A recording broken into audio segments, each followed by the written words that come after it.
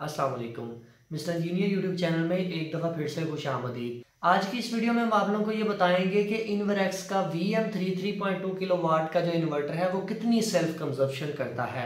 बहुत सारे दोस्त कमेंट सेक्शन में ये पूछ रहे थे और बहुत सारे दोस्तों की कॉल्स भी आ रही थी कि हमें ये बताएं कि इन्वरेक्स का VM3 वाला जो मॉडल है, ये जो सोलर इन्वर्टर है, ये सेल्फ कंजप्शन कितनी करता है। कुछ दोस्त ये भी कह रहे थे कि ये 600 वाट मतलब एक फ्रीजर जितना लोड ये खुद कंज्यूम करता है, मतलब ये हमारी बिजली का कबाड़ा है। सो आज की इस वीडियो में हम हकीकत से पर्दा उठाने जा रहे हैं। अगर आपने भी अपने घर में इन्वर्टर का कोई भी किसी किस्म का मॉडल लगाया हुआ है, आपको भी ये डाउट है कि यार ये खुद सेल्फ कंजम्पशन बहुत ज़्यादा कर रहा है, सो आज की इस वीडियो को आपने एंड तक ज़रूर देखना है। तो एक एक चीज़ हम आपके सामने क्लियर कर देंगे कि आया ये वाकई में इतनी कंजम्पशन करता है कि नहीं। सबसे पहले एक चीज़ को समझ लें कि सेल्फ कंजम्पशन क्या होता है। सिंपली अगर मैं बात करूं एक इन्वर्टर की, कि इन्वर्टर की सेल्फ कंजम्पशन से मुराद ये है कि अगर उसके ऊपर कोई भी लोड ना पड़ा हो, अगर वो बैटरी के साथ भी कनेक्ट ना हो, कोई भी आउटपुट ना दे रहा हो, तो उसकी जो अपनी कंजम्पशन है उसे हम सेल्फ कंजम्पशन कहते हैं। सो यहाँ पर आप लोगों को एक चीज़ क्लियर करता चलूँ कि दुनिया की कोई भी इलेक्ट्रॉनिक्स की प्रोडक्ट जो कि बिजली के ऊपर काम करती है वो सेल्फ कंजम्पशन करती है।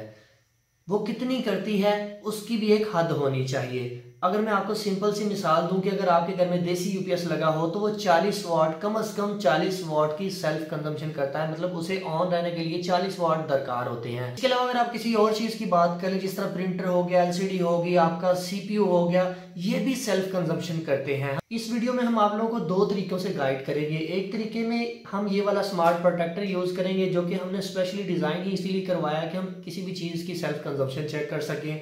दूसरे नंबर पर हम आपके जो घर के वोल्टा का मीटर होता है उसके ऊपर आप लोगों को दिखाएंगे कि आया ये इन्वर्टर इतनी कंजप्शन करता भी है कि नहीं। तो दोस्तों चलिए चलते हैं अपने इन्वर्टर के पास और वहां पर जाकर हम आपको इसकी हकीकत के बारे में आगाह करते हैं।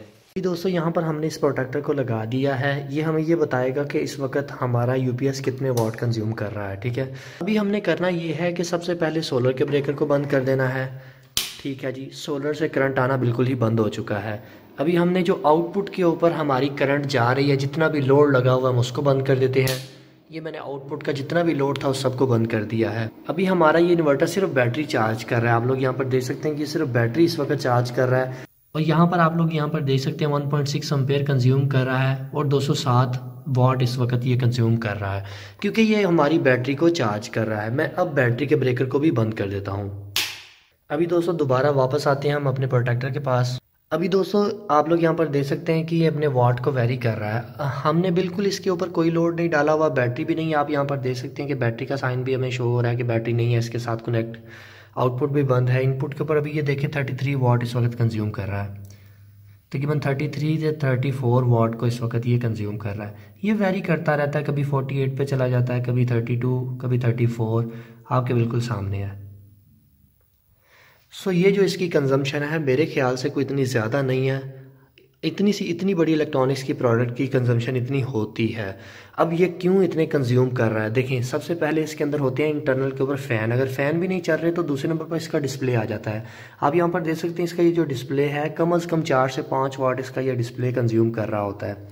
और उसके बाद इसके अंदर जो स्टेबलाइज़र लगा हुआ है वो भी, उसने भी तो कुछ कंजम्पशन करनी होती है ना, जो कि वोल्टेज को स्टेबल करता है। और इसका जो मदरबोर्ड है, जिसे हम पीसीबी बोर्ड कहते हैं, उसके अंदर जो पार्ट्स लगे हुए हैं उन्होंने भी तो थोड़ी सी कंजम्पशन करनी होती है। तो मेरे ख्याल से अगर देखा जाए तो ये इतनी सी कंजम्पशन कुछ भी नहीं है। अभी दोस्तों ये तो बात होगी इस प्रोटेक्टर की। इस प्रोटेक्टर से हमने चेक किया कि आया ये कितने वाट कंज्यूम कर रहा है। हमने यहाँ पर यूनिटी का मीटर इसलिए नहीं यूज़ किया क्योंकि यूनिटी का मीटर एक्यूरेट नहीं होता, 100% एक्यूरेट नहीं होता, और उसमें वो पावर फैक्टर भी नहीं बताता। ये हमें पावर फैक्टर को भी कैलकुलेट करके बता रहा है।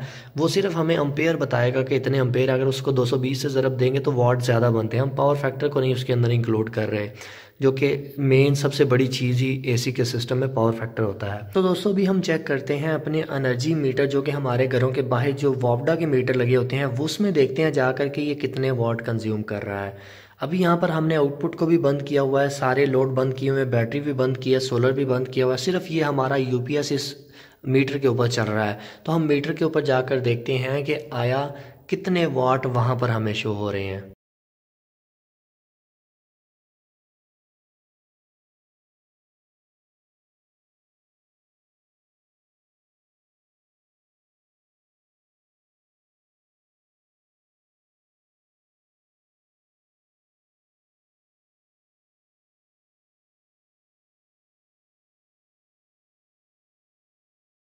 सो फाइनली दोस्तों आज की वीडियो यहीं तक की। उम्मीद करते हैं आप दोस्तों को पसंद आई है। अगर आप लोगों को आज की वीडियो पसंद आई है तो काइंडली वीडियो को लाइक जरूर कर दीजिएगा और अपने दोस्तों के साथ शेयर कर दीजिएगा। इस वीडियो को लेकर आपके ज़हन में कोई भी किसी किस्म का सवाल हो तो आप कमेंट सेक्शन में जरूर पूछिएगा। अपना बहुत सा ख्याल रखिएगा, अपनी दुआ में याद रखिएगा। अल्लाह हाफिज।